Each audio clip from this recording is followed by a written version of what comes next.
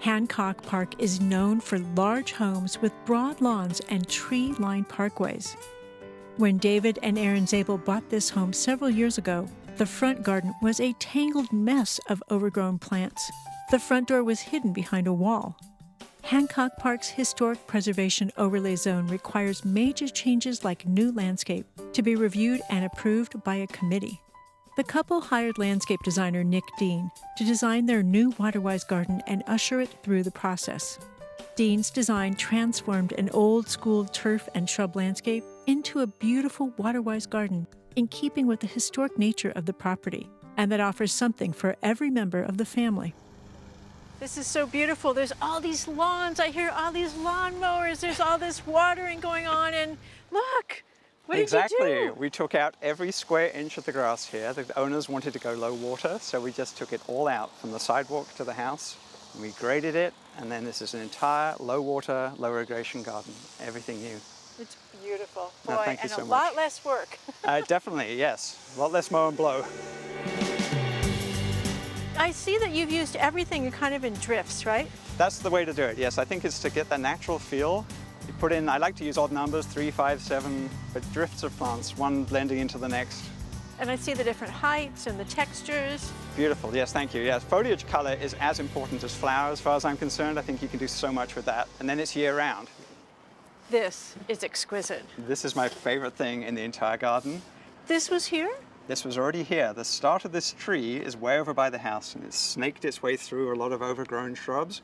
And once we cut them back, we revealed this beautiful shape of that trunk is just fantastic. Yeah, you couldn't get rid of this. Absolutely not, no. And where did the wood for the bridge come from? It looks just like this. Well, there was another tree like this one that had succumbed to being in the undergrowth for too long. And that one had expired, but we saved the pieces, we cut them, and then I used those pieces to clad this wooden bridge, which takes you over the trunk of the living tree. So I feel like we actually are walking over some water. We did. We created a stream just using native grasses, and I think the effect is really pleasing. Yep, that's the best way to do water in a Waterwise garden. Oh, and now we're in kind of the, I'm not going to say formal part of the garden, but it's more a structured part of the garden. That was exactly the intention, was to create a little bit of the formal feel within the wild garden. But this is the barrier. This is kind of the dividing point. Yes. Wild exactly. and organized. Perfect. And then these hop bushes are going to just thicken up enough to give the plants a little privacy when they're sitting out, because it's the front, we're by the street after all. And then the roses behind. And the roses behind, which we saved from the original garden. So they were all transplanted and put into this nice little arc here. The rose garden and the fruit trees are close together in a higher water zone. Dean's keyhole patio design has a European feel. And by choosing permeable decomposed granite as the patio surface, Dean is minimizing runoff and erosion that could damage the plantings below. Dean's carefully selected cobbles emphasize the garden's old world feel and help lead visitors to the front entrance, which is not where you'd expect. And this pathway takes me right to the front door, which you otherwise would not be able to find. Because it's on the side of the house. That's the whole thing. Part of the design challenge was how do you lead people from the front garden around the house to the front door with some ceremony, you know? So it's not just a straight driveway. Yeah. Too many houses just have one long straight shot of driveway.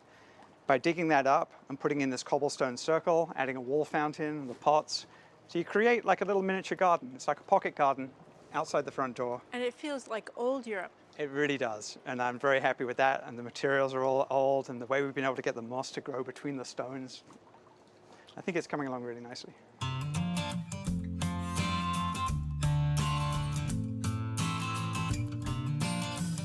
of my favorite plants is actually over here. It's the bush demander. Do you know that one? Tucum azerum.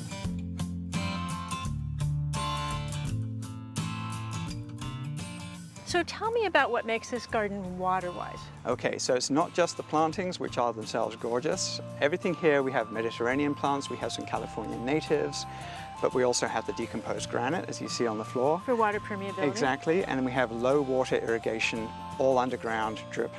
And I see there's mulch. And mulch too, so that's very good, stops the evaporation, keeps the weeds down. So you've got all the basic elements of a Waterwise garden right here. Everything you see around you, this is textbook Waterwise. This garden offers a number of spaces to sit and enjoy its sights and its scents. These stepstones were made from trees that we cut at the back of the property. And they lead you right through into this enchanted space. Oh, look at this. This is so sweet. And one area is specially designed for the owner's young daughters. Exactly. This is like an enchanted spot. I'm ready for a magical tea party. This is the favorite spot for my clients' two young girls. So they love to come out here, have their little friends over, they have their tea parties. It smells oily. Yeah, oily. And like an herb. It smells so good under here. Well, a lot of these drought-tolerant plants have this marvelous fragrance, so I try to make use of that in the garden. It's also something that sort of sticks with you, doesn't it? It does.